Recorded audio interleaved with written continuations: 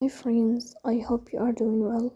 Today we'll talk about how to fix or how to solve the problem of glitch in the application of Duolingo. We go to settings.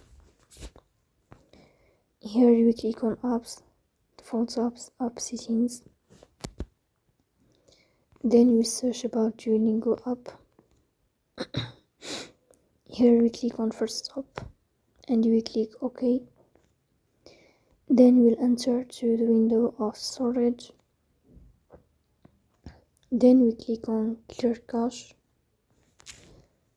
If we go to Wi-Fi, you will turn off your Wi-Fi and you will turn on your Wi-Fi again to fix that problem.